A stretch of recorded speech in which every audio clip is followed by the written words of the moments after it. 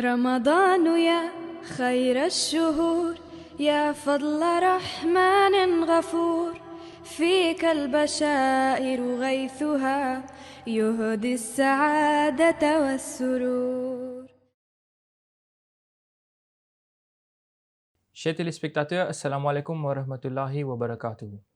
Encore une fois, nous avons le plaisir de vous accueillir sur notre troisième programme basé sur le mois béni de Ramadan. Toujours, nous avons avec nous sur le plateau Masroor Saheb et Shaukat Saheb. Assalamu alaikum wa rahmatullahi wa barakatuh. Wa alaykum salam wa rahmatullahi wa barakatuh. Notre bien-aimé Hazour, le cinquième calife, Hazrat Mirza Masroor Ahmad Ayadullah Ta'ala bin Nasir Aziz, dans son sermon du vendredi 10 mai 2019, en parlant de Ramadan, a déclaré que nous ne devrions pas simplement nous réjouir de l'arrivée de ce mois et nous contenter de nous féliciter simplement les uns et les autres pour le Ramadan et l'acte de jeûner. Nous devrions plutôt nous évaluer sérieusement pour savoir si nous nous efforçons d'atteindre le véritable objectif du jeûne tel qu'a énoncé Dieu le Tout-Puissant. Masroor Saheb, parle-nous un peu du véritable objectif, l'essence même du mois de Ramadan. Alors, le mot Ramadan en lui-même vient du mot arabe Rams. Rams qui signifie intensément chaud ou brûlant. Maintenant, pourquoi cette signification pour ce mois? Il y a trois raisons. Le mois du Ramadan a été nommé un mois qui est intensément chaud ou brûlant parce que, d'abord, celui qui jeûne s'échauffe parce qu'il a soif. Il ne boit pas de l'eau pendant le mois du Ramadan, donc il a soif et il s'échauffe. La deuxième raison est que l'adoration et la dévotion de ce mois brûlent les traces du péché. Et la troisième raison, c'est que la dévotion en ce mois produit la chaleur d'amour nécessaire chez l'homme pour son Créateur et pour ses semblables. Jazakumullah Masroor Saheb. Allah dit dans le Saint-Coran, chapitre 51, verset 57, وَمَا خَلَقْتُ الْجِنَّ وَالْإِنسَ إِلَّا لِيَعْبُدُونَ. J'ai créé les djinns et les hommes afin qu'ils m'adorent. En commentant sur ce verset, le Messie premier alayhi salatu wassalam, avait déclaré: Sachez que, selon Dieu, l'objectif de votre création est de lui vouer culte, de vous consacrer à lui, que le monde ne soit pas votre objectif. Durant le Ramadan, il faut encore plus s'atteler à l'adoration de Dieu. N'est-ce pas, Shaukat Saheb? Oui, Mohsin Saheb, effectivement, durant le Ramadan, il faut encore plus se consacrer à l'adoration de Dieu. Et un croyant reçoit un entraînement durant ce mois et on fait des efforts pour améliorer nos actes d'adoration. On en fait des habitudes qui vont faire partie intégrante même de notre vie. Mais il faut noter que ne pas faire du monde son objectif ne signifie pas, selon Messie Maud salam, ne pas avoir des occupations qui sont mondaines. Il faut certainement œuvrer en ce monde, mais votre priorité, dit le Messie premier salam, et votre responsabilité reste toujours l'ibada, le but même de votre vie. Jazakumullah Shaukat Saheb, c'est très bien élaboré. Donc, il est important de noter que le Messie premier alayhi salatu wassalam ne vous interdit pas de travailler pendant le mois de Ramadan. Néanmoins, tout en œuvrant en ce monde, il faut se souvenir de là, avoir en tête ses commandements et accomplir son zikr, c'est-à-dire le souvenir d'Allah. Oui, Mohsin Saheb, et le Messie premier alayhi salam dit, c'est là un aspect qu'il ne faut point oublier. L'objectif de l'homme est bien d'adorer Dieu tout en œuvrant en ce monde. Le Messie premier alayhi salam continue, il dit, ceux qui vivent en réclusion font montre de faiblesse. Le monachisme n'existe pas en islam. Je ne préconise pas, dit le Messie premier alayhi salam, d'abandonner femmes, enfants et commerce. L'employé doit s'acquitter de ses devoirs professionnels et le négociant doit se consacrer à ses affaires. Cependant, accorder prééminence à la spiritualité est la condition à respecter. Les exemples de ce genre abondent dans ce monde.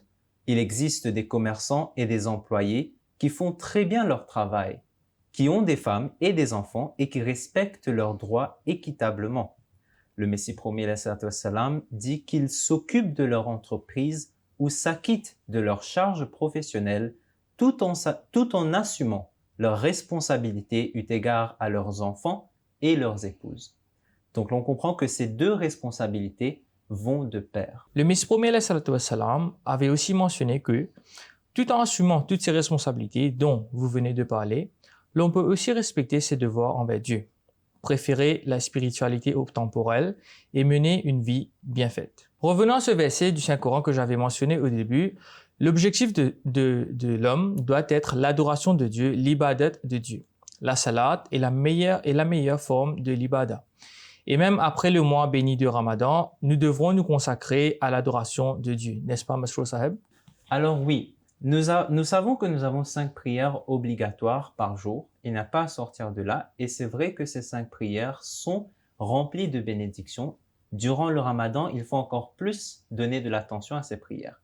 Mais au-delà de ces 5 prières qui nous sont obligatoires en tant que musulmans, il nous faut offrir des prières surérogatoires, c'est-à-dire des prières supplémentaires et surtout la prière tahajjud, une prière qui est lue durant la dernière partie de la nuit. Je vous présente ici un hadith du Saint-Prophète sallallahu alayhi wa sallam où il parle justement, il met l'accent sur l'observance de la prière du tahajjud durant le Ramadan. Il dit « Quiconque se tient dans la prière du tahajjud pendant le Ramadan avec une foi ferme et avec l'intention d'obtenir l'agrément de Dieu, tous ses péchés antérieurs sont pardonnés. » En ce qui concerne la pratique du Messie premier alayhi salatu wassalam durant le mois de Ramadan, Hazrat Mirza Bashir Ahmed Saheb a rapporté un récit à ce sujet. Hazrat Mirza Bashir Ahmed raconte que Dr Mir Mohamed Ismail Saheb lui a dit « J'ai passé tout le mois du Ramadan à Qadian en 1895. Et le Messie premier alayhi salatu wassalam faisait 8 rakats par paire durant la dernière partie de la nuit, donc le tahajjud. La première rakat, il récitait tout le temps l'Ayatul Kursi et la sourate Al-Ikhlas dans la deuxième rakat. Et au cours des rukus et des prosternations, c'est-à-dire le sajda, où l'on se prosterne, il suppliait d'une voix audible en ces termes « Ya Hayyu, Ya Qayyum, Birahmatika Astaghith » Ô celui qui est vivant, ô celui qui existe de lui-même, je cherche un soulagement de ta miséricorde. Et consommait ensuite son repas de l'aube, qui est le sahri, après avoir accompli la prière du tahajjud. On a aussi la prière de Tarawih qu'on pratique durant la première partie de la nuit, durant le mois béni de Ramadan. La prière de Tarawih est souvent sujet à de nombreuses interrogations, plus spécifiquement sur le nombre de prières qu'on doit accomplir. Masrour Saheb, pouvez-vous nous en parler sur ça et nous clarifier? Alors oui, il y a beaucoup d'interrogations beaucoup de divergences, surtout sur le nombre de prières qui doivent être lues durant la prière de Tarawih. Pour répondre à cela, je vous ramène d'abord la sunna du Saint-Prophète sallallahu alayhi wa sallam, son modèle. Le Saint-Prophète Mohammed sallallahu alayhi wa sallam accomplissait 8 rakats, 8 unités de prière à l'heure du tahajjud, durant la dernière partie de la nuit. Ça, c'est le tahajjud. Maintenant, quand on parle de Tarawih, c'est une prière que l'on fait durant la première partie de la nuit. Et une fois, à une occasion, le Saint-Prophète sallallahu alayhi wa sallam avait accompli cette prière dans la première partie de la nuit. Le Saint-Prophète sallallahu alayhi wa sallam avait accompli 8 rakats, comme il l'avait fait pour le tahajjud. Maintenant, il y a des gens qui disent qu'il faut faire des fois 20 rakats ou plus. Les 20 rakats ou plus que l'on doit faire sont en fait apparus plus tard. Le saint prophète sallallahu alayhi wa sallam n'accomplissait que 8 rakats durant cela et c'était ça sa sunna. Le Messie promis alayhi salatu wassalam avait aussi commenté à ce sujet. Il avait dit « La tarawih est en fait la prière tahajjud. Pourquoi donc accomplir 20 rakats étant donné que la prière tahajjud comporte 11 ou 13 rakats si l'on inclut le witr. » Maintenant, j'aimerais juste faire une petite note sur la prière de tahajjud. Il est important de savoir qu'une prière tahajjud, les conditions pour la prière tahajjud est qu'une personne doit dormir et ensuite se réveiller avec l'intention d'accomplir la prière tahajjud et faire cette prière. Et ce sera à ce moment-là que cette prière comptera comme étant une prière tahajjud. On raconte qu'un dénommé Ahmed Saheb a écrit au Messie premier wassalam, comme suit: on nous enjoint de nous réveiller pendant la nuit pour accomplir la prière de Tahajjud durant le Ramadan.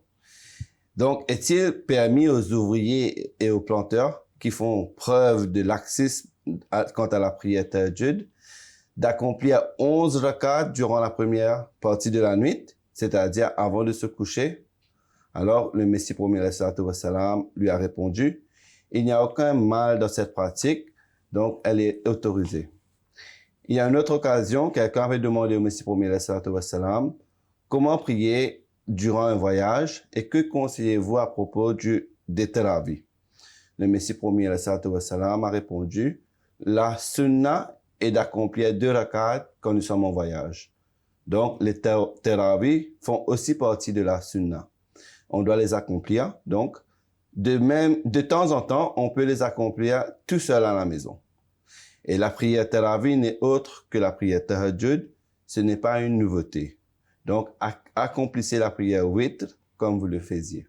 Jazakumullah Shaukat Saheb, on a bien élaboré à propos des prières surérogatoires telles que le Tahajjud et le Tarawih. L'objectif du Ramadan ne se limite pas à prendre un repas le matin, rompre son jeûne le soir et faire les prières surérogatoires. Allah nous ordonne d'apporter en nous des changements purs grâce à et en raison de ces jours de jeûne. Effectivement. Et pour pouvoir amener justement ces changements purs, Allah nous a donné des instructions par rapport au jeûne et il nous donne la bonne nouvelle de sa proximité et de l'exaucement de nos prières si nous respectons ces instructions. Dans le Saint-Coran, chapitre 2, verset 187, Allah dit: « Et quand mes serviteurs t'interrogent sur moi, certainement, je suis tout prêt. J'exauce la prière du suppliant quand il m'implore. Ils doivent donc m'écouter et croire en moi afin qu'ils soient bien guidés. » Il y a une parole du Messie premier salam qui dit que Dieu souhaite que le croyant abandonne durant le Ramadan un type de subsistance pour accroître une autre nourriture. Celui qui jeûne doit comprendre que son objectif n'est pas de sa famille. Il doit s'engager dans le souvenir de Dieu, le zikr, afin qu'il puisse couper ses liens avec le bas monde et se tourner vers Dieu. Il y a une autre place où le Messie premier wassalam, dit: l'objectif du jeûne est qu'on abandonne un type de subsistance qui suffit à nourrir le corps charnel pour acquérir une autre nourriture qui est source de confort et de satisfaction pour l'âme. Et ceux qui jeûnent uniquement pour l'amour de Dieu et non pas par tradition doivent louer Dieu, le glorifier et proclamer son unicité. Ayant rendu obligatoire le jeûne dans ce verset que vous venez de réciter, Allah affirme que l'acquisition de la taqwa en est l'objectif. Shaukat Saheb, est-ce que vous pouvez nous en parler plus? La taqwa s'agit de se protéger des faiblesses spirituelles et morales aussi. Le Messie premier wassalam, explique en ces termes la taqwa. Il dit: pour être considéré muttaqi, après avoir évité les grands péchés comme l'adultère, le vol, l'escroquerie, l'ostentation, le mépris et l'avarice, l'on doit exceller en matière de moralité. Il faudra donc, après avoir évité ces actes immoraux, progresser dans les bonnes qualités morales. Il faut traiter autrui avec gentillesse, politesse et bienveillance. En somme, il faut améliorer sa conduite morale. Et Shaukat Saheb, le Messie promis, salam, a aussi dit que il faudra aussi faire preuve d'une fidélité sincère envers Dieu. C'est important pour la taqwa et la spiritualité. La fidélité vouée à Dieu et la relation que l'on va nouer avec Dieu doit être sincère, doit venir du cœur et non pas seulement des mots dits par notre bouche. Le Messie premier salam avait dit que il faudra tenter d'atteindre le seuil de Maqam et Mahmoud, c'est-à-dire devenir digne d'éloge dans ses services. Ici, on comprend que quand le Messie premier salam dit ça, le Messie promis parle de nos devoirs d'abord envers Allah, c'est-à-dire qu'il nous incombe de mettre en pratique ces injonctions. Ensuite, on comprend aussi que le Messie promis parle de nos relations avec autrui, qu'il faudra se vouer au service d'autrui. Il faudra faire preuve d'abnégation à cet égard, tant et si bien qu'autrui témoigne. Les gens doivent témoigner que nos services, les services que l'on rend, sont uniquement pour la cause d'Allah et non pas pour notre propre intérêt personnel. Le Messie promis, alayhi salatu wassalam, dit que c'est ainsi qu'on méritera le titre de muttaqi, c'est-à-dire celui qui a gagné la taqwa. Seuls ceux qui possèdent tous ces attributs que l'on a mentionnés sont de véritables muttaqi. Autrement dit, si quelqu'un n'en possède qu'un seul, il ne méritera pas ce titre de muttaqi. Et aussi, un muttaqi sera à l'abri derrière le bouclier d'Allah, en s'acquittant de ses devoirs envers le jeûne et en atteignant ces normes que vous venez de mentionner de la taqwa. Ces véritables croyants jeûnent uniquement pour la cause d'Allah. Et Dieu affirme que sa personne même en est la récompense ou qu'il accordera cette récompense de par son choix. Ceci est en référence au hadith rapporté par Hazrat Abu Huraira que le saint prophète Hazrat Muhammad Mustafa sallallahu alayhi wa sallam avait déclaré: tous les actes de l'homme sont accomplis pour sa propre personne, à l'exception du jeûne qui est pour moi, et j'en suis la récompense. Jazakumullah Shaukat Saheb, le jeûne ne sert à rien tant qu'il n'engendre pas en nous la taqwa capable de nous protéger des maux spirituels et moraux.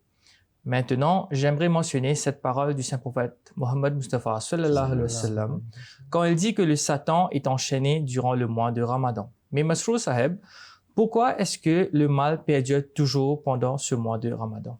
C'est une très bonne question et beaucoup de gens posent cette question. Pourquoi, étant donné que Satan, dit le saint prophète sallallahu alayhi wa sallam, est enchaîné durant le mois du Ramadan, pourquoi est-ce que les gens continuent? Il y a des gens qui continuent à faire de mauvaises actions durant ce mois.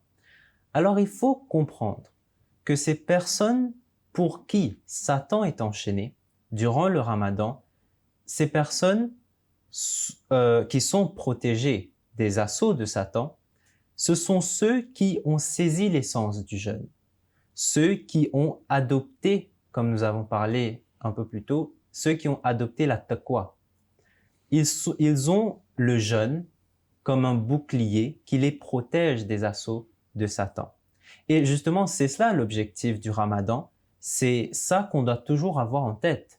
Le saint prophète Muhammad sallallahu alayhi wa sallam affirme que les portes du paradis sont ouvertes durant le Ramadan, effectivement, celles de l'enfer sont fermées et les satans sont enchaînés, mais avec cela, il a émis l'avertissement que si un individu traverse le mois béni du Ramadan sans se faire pardonner, quand méritera-t-il la clémence divine? Et le saint prophète Hazrat Muhammad Mustafa sallallahu alayhi wa sallam offre ce conseil à nous qui proclamons être musulmans et à qui Dieu a rendu obligatoire le jeûne afin que nous nous consacrions uniquement au culte de Dieu et à l'amélioration de notre état moral durant ces jours.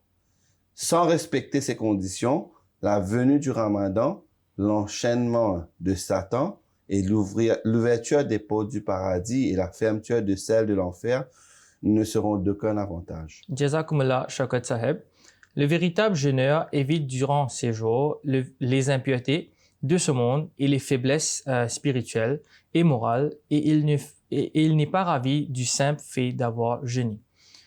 Venons maintenant à quelque chose de très important en relation de ce mois béni de Ramadan. J'aimerais maintenant parler de l'importance du Saint-Coran en ce mois béni. Oui, le Saint-Coran est en effet très étroitement lié à ce mois béni du Ramadan. Pourquoi? C'est dit dans le Saint-Coran, chapitre 2, verset 186, Allah dit « Le mois de Ramadan est celui au cours duquel le Coran a été envoyé comme guide pour l'humanité avec des preuves claires d'orientation et de discrimination. » De ce verset, on comprend deux choses. Soit ce verset signifie que la révélation du Saint-Coran a commencé pendant le Ramadan, ou il peut aussi faire référence au fait que le Saint-Coran serait répété au Saint-Prophète Muhammad sallallahu alayhi wa sallam chaque Ramadan par l'ange Gabriel.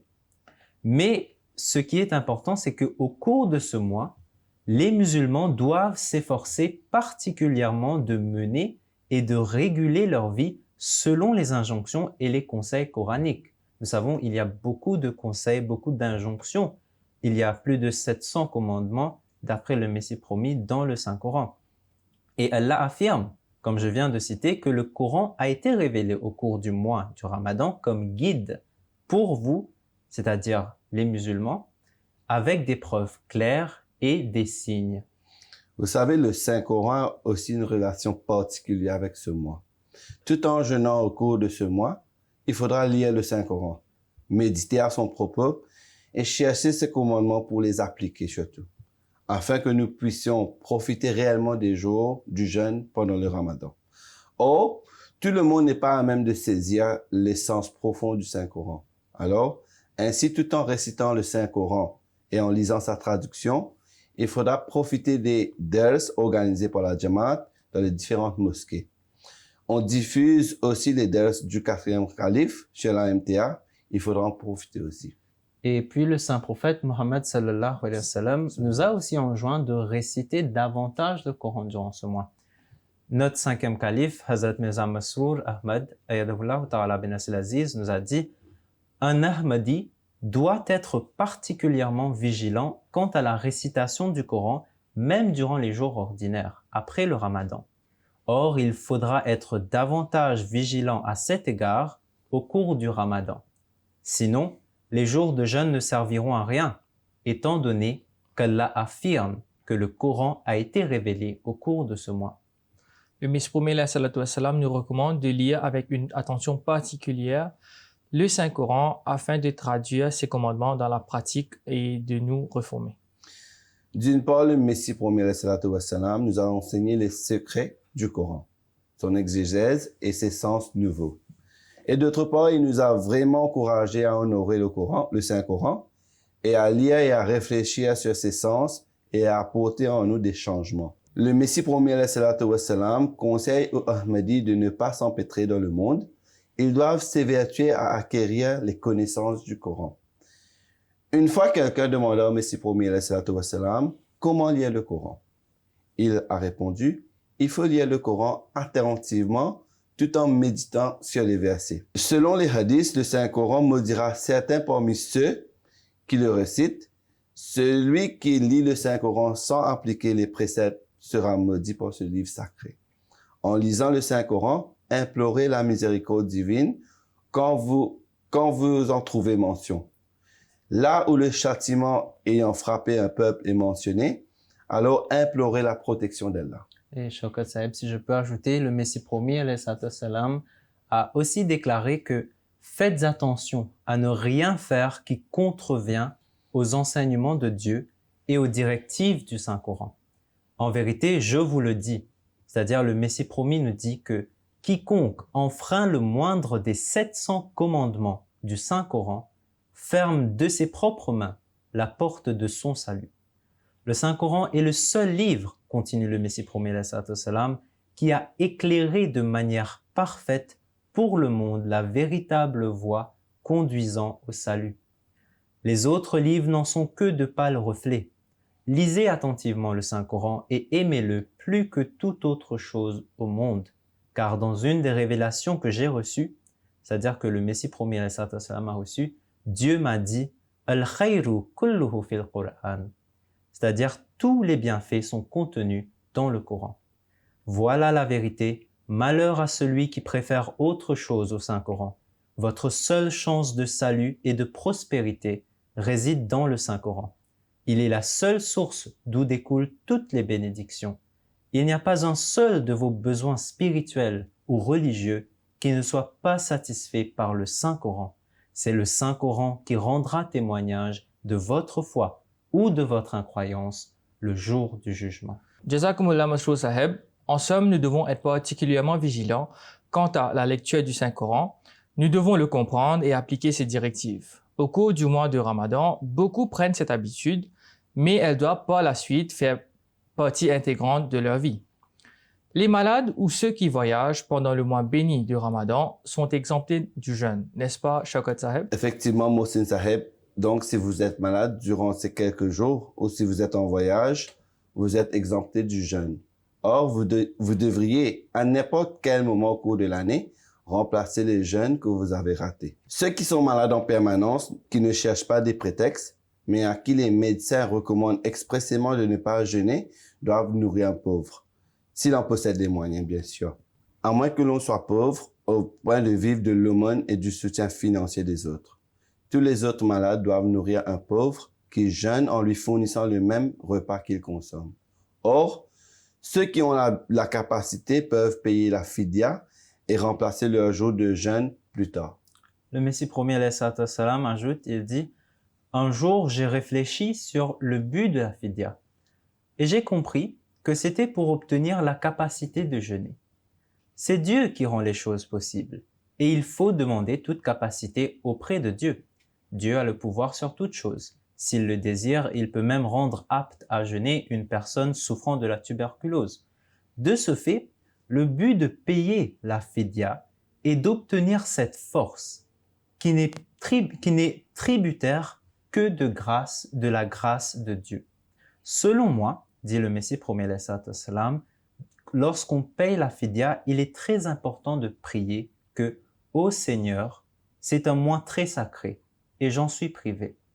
J'ignore si je serai encore en vie l'année prochaine ou si je pourrai rattraper mes jours de jeûne. » Le Messie premier alayhi salam dit aussi à ce sujet, « Celui qui contente de payer la fidya sans remplacer les jours du jeûne ratés pendant le mois de Ramadan, tandis que sa santé le lui permet, ouvre les portes de l'innovation et des prétextes fallacieux. » Et le Messie premier alayhi salam ajoute, « Or, la fidya uniquement suffit pour ceux qui sont malades en permanence et pour les femmes allaitantes et celles qui sont enceintes.